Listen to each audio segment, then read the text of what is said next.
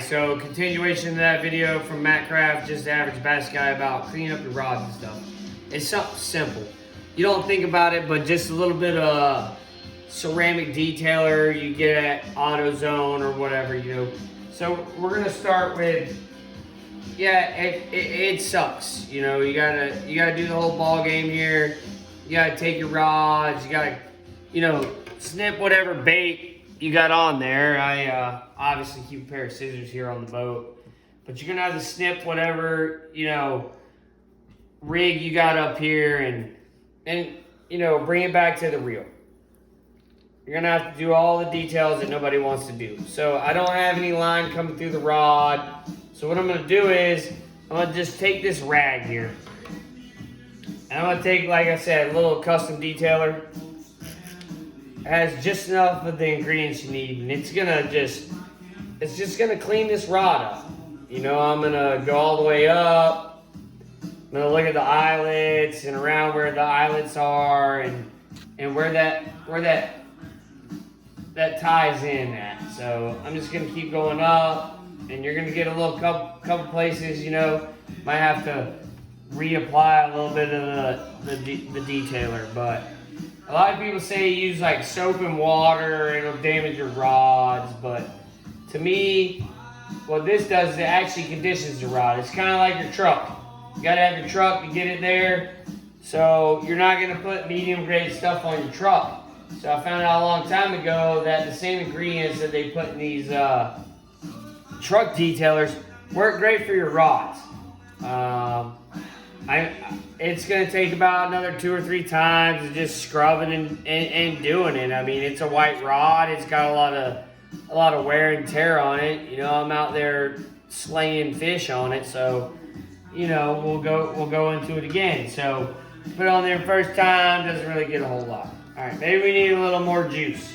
So I'll put 3 or 4 squirts on there, and we'll just keep, you know, shining her up. But you always got that buddy, you know, man. He shows up to your boat. He wants to be your co-angler, and he doesn't take care of his stuff. And then you're out there catching fish, and he's wanting to know, you know, why my rod's not moving. His reels, you know, the spool's not turning over. He's got his drag set on 400, which we all know that's about the equivalent of raise hell, praise Dale. So we're just gonna clean this rod up a little bit, get it ready, you know. So there we go. We took all the dirt and the dust and everything off of it. And then, you know, you're obviously gonna go through the whole spiel. I'm gonna, you know, take my line from the spool and reroute the rod.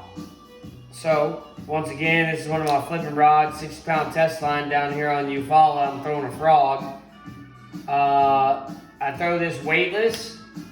This isn't a top water frog. I throw it weightless with a horny toe with a 3/0 Gamakatsu hook on it. And I just play the game. You know, a lot of guys down here, they want to get crazy with it. They want you to, you know, explore all your options, but this is what's working for me. So it takes a little bit of time. You know, like I said, a loose rod and reel Mach 1.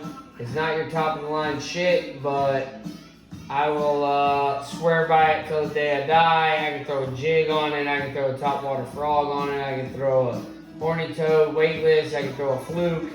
It's a pretty good medium heavy action rod. So I'm gonna just keep looping it up.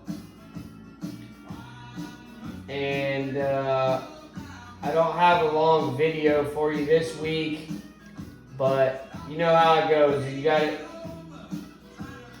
keep going with what you got going on. So realistically, I've actually taken about a week off of the water, and tonight I'm gonna spend on rod and reel maintenance and just the simple stuff that people overthink. It's as simple as while you're out there fishing. So you catch 2 nice fish. You're all excited, but do you actually retie? When is the determination to retie? That's the question I get asked a lot from a lot of guys on Lake Eufaula. You know, I'm throwing a swim bait, I'm throwing a crankbait.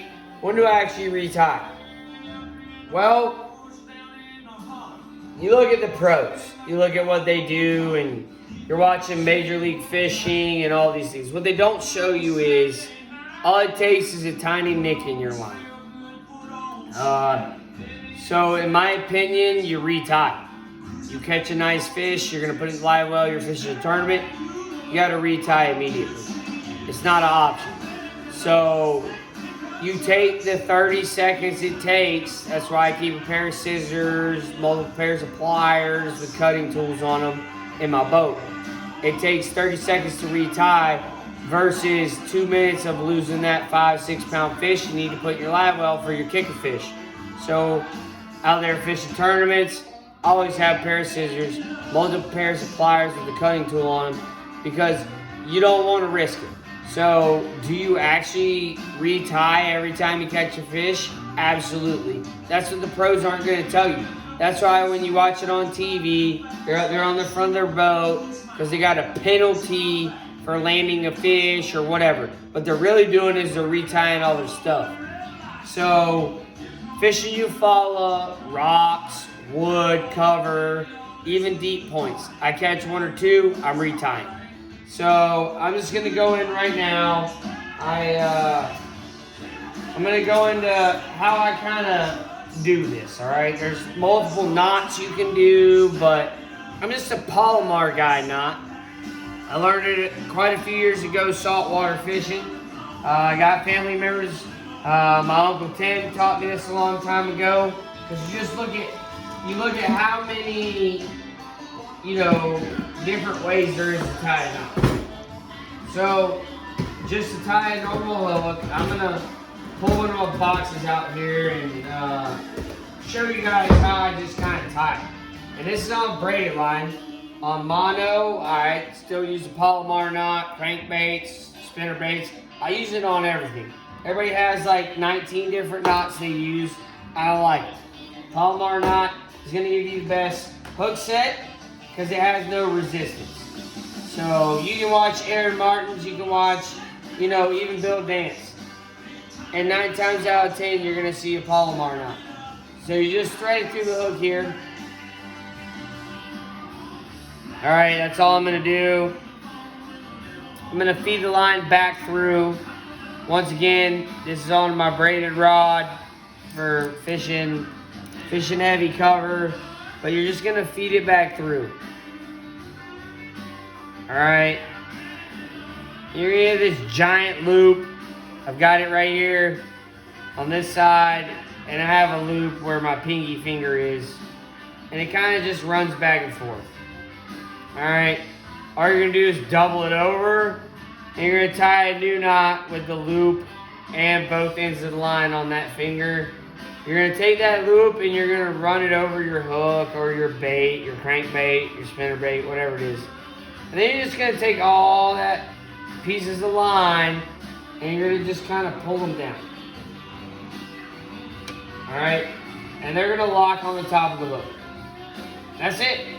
All right, grab your tag in, pull it once or twice, and take your scissors. Like I said, I keep this especially for braided line. You're just gonna whack it. What I like to do is, and this is something a little different, you don't see this all the time, I take a little lighter, kind of burn the ends together. So if I am fishing a Texas rig or anything like that, now keep that in mind. That's not heavy. I'm not burning the shit out of it because then you'll mess with your line, but it just kind of keeps it together. So while you're fishing it is together. Once again, this is a short video. I'm looking for ideas on what you guys want to see. All my buddies are telling me to go crazy and fall off the boat, but I'm trying to keep this professional and things I like to do and teach other people. So this is Matt Craft, the Average Bass Guy. Go ahead and like the video. If you have any questions on how to do anything with the Mercury motor, once again, or how to even do anything as far as seats or carpet or fix your live wells and aerators, you know, hit me up on the YouTube channel. So until next time, Matt Craft, Average Bass Guy, go like the video, and we're going to kill it.